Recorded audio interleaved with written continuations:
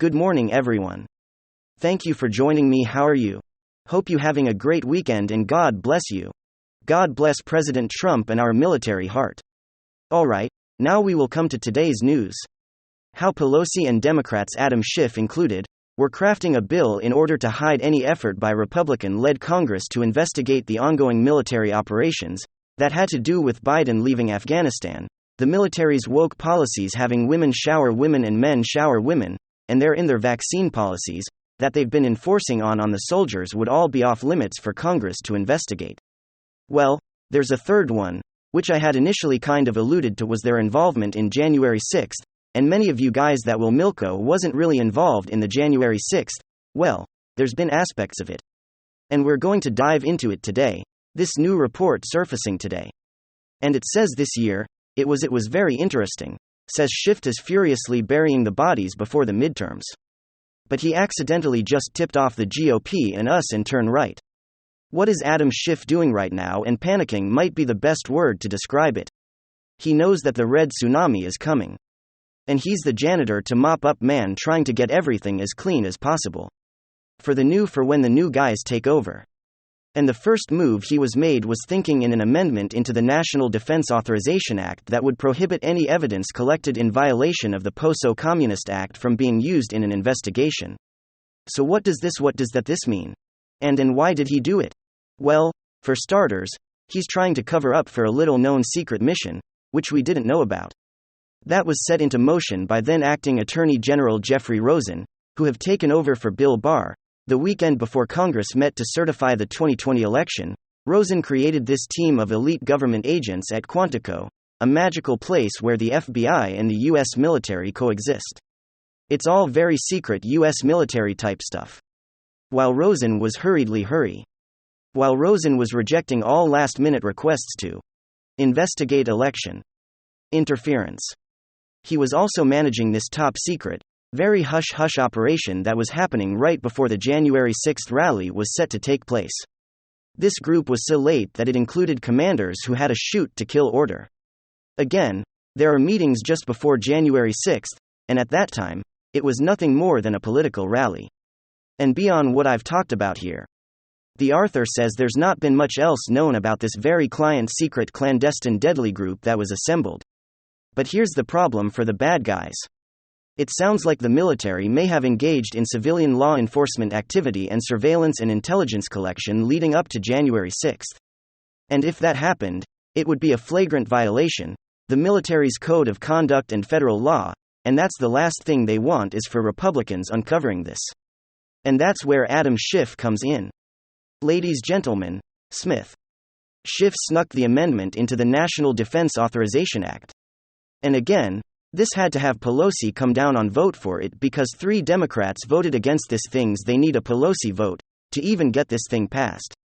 And a number of proceedings including criminal trials and congressional investigations, they're covering your tracks. They're making it so they can't be prosecuted for what they did. From the Russian hoax of January 6th, and everything else in between. American Greatness is asking, what is Adam Schiff on behalf of the Biden regime and the Trump foes in the U.S. military, including Chairman of the Joint Chiefs of Staff Mark Milley, trying to hide? It is not coincidence that Schiff introduced an amendment just a few months before a predicted Republican landslide in November, which would give control of Congress back to the GOP House Minority Leader and presumptive Speaker of the House Kevin McCarthy, as planning to conduct multiple investigations into the Biden regime next year, including of the deadly and this disastrous withdrawal from Afghanistan. The Daily Caller reported this week that Republican lawmakers are flooding the Biden administration with hundreds of pre-reservation notices asking for relevant documents be preserved. But one can easily see how Schiff amendment could be used as a legislative cover to prevent production of any materials from the Biden Department of Defense. After all, according to the 28th Congressional Analysis of the PASA competence, compliance of the act is ordinarily the result of military self-restraint. So to is enforcement, this act is a criminal statute under which there has been a handful of known prosecutions, the same report explained. Yeah. So this is sort of the vehicle Democrats know how to use and exploit in political advantage if interpretation and enforcement is totally arbitrary. Who decides? Defense Secretary Lloyd Austin, the Justice Department, Biden's White House lawyers, Imagine how Democrats could conceal the use of military personnel related to the events of January 6. Congressional Republicans sent a request to Austin seeking all records documents communication pertaining to the military involvement before during the Capitol protests also replies that he has determined that the military under control of President Trump at a time no less violate Paul's competence and therefore, the request materials cannot be produced under authority of Schiff's amendment. Republicans can howl and scream but they have no legal remedy. Austin won't investigate and Attorney General Mark Merrick Garland won't prosecute. The scenario could be repeated for every Republican inquiry into Biden's Defense Department. Does anyone really think that this regime will hand over information to GOP investigators and committees without pulling every trick in the book started with Schiff's amendment? So this is what's going on? This is how it's going to impact it. And I alluded to this back when I made those 2 videos last week talking about Schiff's amendment and what it could mean moving forward if it were to be passed with the Senate, and the Senate still has to look at it and pass it as well. And we'll see if that happens if they're smart enough, or willing enough to remove this amendment out of there. And then, it seems like it's on like Donkey Kong the rematch of the century, because former President Donald Trump, the 45th President of the United States of America just gave the closest thing to an announcement that we've received so far, essentially confirming or alluding to the fact that he is in fact going to run in 2024. There has been a whole lot of talk, a whole lot of chatter that Donald Trump is no longer electable. He's deeply unpopular. A lot of people have been trying to push Ron DeSantis. And of course, even the Democrats are basically doing the same thing. And of course, the Democrat establishment has been trying to cut out Joe Biden and replace him with their most recent pick, which seems to be Gavin Newsom from California. But in the end, it seems like Joe Biden isn't going anywhere. And it seems like Donald Trump is coming back. Of course, the leftist reaction is as predictable as ever. Democrats love to say Donald Trump twice impeached president, one-term president who failed in his incumbent race, but Donald Trump might be twice impeached one term for now. But in the end, his legacy might be 2 failed impeachment attempts, 2 terms and 3 scoops, and that has to have liberals shaking in their boots. Of course it does. The closer we get to a possible election day involving Donald Trump once again, the more PTSD, the vote blue, no matter who Trumped arrangement crowd is going to be experiencing. Let me update you guys on what's going on. Let's do a little bit of election analysis. And then of course, let's continue to trash on this failure of a president. That is Joe Biden. We've got some stuff to get into, folks. So let's roll the tape. Alright, friends, take a look at this. Trump signals 2024 decision has come down to timing of an announcement. He could tell that CNN is also entering panic mode. Here's the video that they attached to this segment. Listen to it. This weekend, several news outlets are reporting that Trump. So I wonder if reporters might be falling for a trap. Let's talk about what past mistakes should be avoided. If there is another Trump campaign to cover the cold, what are the big mistakes the press made last time? Or maybe the last 2 times Trump ran for president that we have to avoid this time? Well, one of the big ones is speculation. All this like right now. He's going to enter the races. It doesn't matter. Him being in the race matters when he decides to be in the race doesn't. There are much bigger issues to focus on, including what are the consequences of him potentially becoming president again. Okay, what a ridiculous response. What are things that we should avoid when it comes to a Trump presidency or covering a Trump presidency? You thought maybe they might have a moment of introspection or a retrospective moment looking into the past and saying, what did we do wrong over the 4 years of Donald Trump's presidency? Maybe we shouldn't have caused all the fear that we did and all the craziness. Maybe we shouldn't have been such partisan hacks. But no, instead Mrs. Hamer says we really need to focus on the potential consequences of a Trump administration.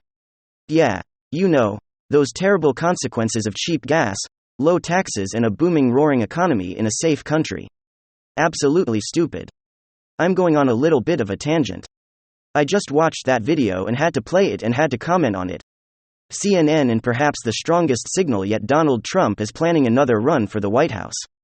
The former president told New York Magazine in an interview that he is still deciding when not if he should announce a 2024 campaign. I would say my biggest decision will be whether I go before or after, Trump said in an interview published Thursday. seemingly referring to the midterm elections in November. Do I go before or after? That will be my big decision, Trump added after confirming that he has already made that decision when asked if he is planning to run. These latest comments confirm previous CNN reporting on the behind-the-scenes deliberations consuming Trump's inner circle as the former president and his top aides ponder when he should jump into the 2024 Republican presidential primary to maximize the impact of his announcement and to dissuade prospective GOP rivals from challenging him. I think a lot of people would not even run if I did that, because if you look at the polls, they don't even register, Trump said. One of those Republicans is Florida Governor Ron DeSantis, an emerging hero among grassroots conservatives, whose own actions, including his refusal to publicly rule out primary challenge to Trump, have strongly indicated that he may also be eyeing the White House. Trump has previously told advisors that he believes he would easily defeat the Florida Republican than a primary, in addition to highlighting his own enduring popularity among the GOP base in recent statements and posts to his Truth Social website. And so it seems as though Donald Trump has made up his mind. Knowing Donald Trump and knowing the fact that he clearly has unfinished business when it comes to taking down at Joe Biden, I highly doubt that Trump is preparing to make a decision of sitting out of the election and handing off the crown to Governor Ron DeSantis. And honestly, I don't blame them at this point. It's personal. Donald Trump still has something to prove. Donald Trump clearly got a competitive man, and of course a man with a very healthy ego. Chances are he's going to run. And for the most part, I don't even think Ron DeSantis is going to challenge him. He's doing a stellar job in the state of Florida. And most Floridians probably want him to stay there as governor at least for another 4 years or 6 years, considering it's 2022. And I agree with Donald Trump. I think the question really is when, before the midterms or after. Personally, I'd say probably after. Midterm polling and possible midterm outcomes are on an absolutely stellar trajectory for Republican candidates. I'd say let it play out. And if it's a complete blowout victory for Republicans, then continue that momentum going with a massive announcement and decision that you are in fact running, and then do what Donald Trump does best: go in full on campaigning mode. Imagine a massive victory in 2022, followed by Donald Trump rallies back to back to back, absolutely slamming Joe B. Officially rendered a complete lame duck. I mean, just think about that. If Republicans win the House and the Senate in the November 2022 midterms, he is going to officially be a legislative lame duck who has accomplished absolutely nothing. But infrastructure plan. Okay, we get it. Hardly a Biden victory. Folks, Democrat panic mode, once again, engaged. You can tell by the new narrative that we're just seeing everywhere. I keep seeing it over and over again. They keep telling us, they keep writing stories, how unpopular and unelectable Donald Trump is. But if Donald Trump was so unelectable and so unpopular, why would Democrats start this January 6 Shama hearing in this pathetic last-ditch effort to force him off the ballot? Donald Trump was so unpopular. Why is his favorability rating higher than Joe Biden? Wait a second. Why is this favorability rating higher than Hillary Clinton, Biden, Harris, Nancy Pelosi, and pretty much every other Democratic presidential hopeful? If Donald Trump was so unelectable, then white? Is it the last couple of months of hypothetical matchup? 2024 between Biden and Donald Trump looks like this? I don't know, seems pretty electable. To me. It seems like no matter how much they go after Donald Trump, no matter how much they slander him, no matter how much they attack them, no matter how many times they try to impeach him with their phony impeachment attempts, he just gets more and more powerful. And that is really what's going on here. Donald Trump has always been and remains the greatest threat to Democrat power in modern history. And probably Ron DeSantis is going to continue that legacy. If not make it even worse. It's one thing, folks, America First policies are winning, and speaking of America First policies, hopefully people are finally waking up that neocons and corporate Democrats gotta go. Hopefully people are paying attention and people are waking up as Joe Biden's blank check to Ukraine continues on. I mean, how many more billions will be spent? And now people are finally waking up and realizing or learning that a good chunk of the strategic petroleum reserves that Joe Biden was supposed to release for American citizens was sent overseas to Europe, China, and India, possibly other countries as well. And the latest scandal from globalist Joe Biden's new Iran deal offers around $1 trillion by 2030. Under the deal, Iran gets a financial package worth up to $275 billion in the first year and as much as $800 billion over the next 5, writes Richard Goldberg, senior advisor at the Foundation for Defense of Democracies, with the $1 trillion available by 2030 for Iran's missile program. Absolutely. Stellar folks. Joe Biden continues to enable China and Russia in their quest to dominate the world. And now he's putting together a plan to possibly send around $1 billion, around the country that's currently trying to develop nukes so they can nuke Israel and who knows who else. And this news comes right after Joe Biden's trip to Israel. Wake up, folks. Globalist Joe's gotta go, Pedo Peter's gotta go. And it seems as though Donald Trump is back. I think a lot of people can finally see the light at the end of the tunnel. And I thank God that we've all been brought together. Alright, folks. Hopefully you enjoyed the situation update today. Please let me know in the comments. Please do everything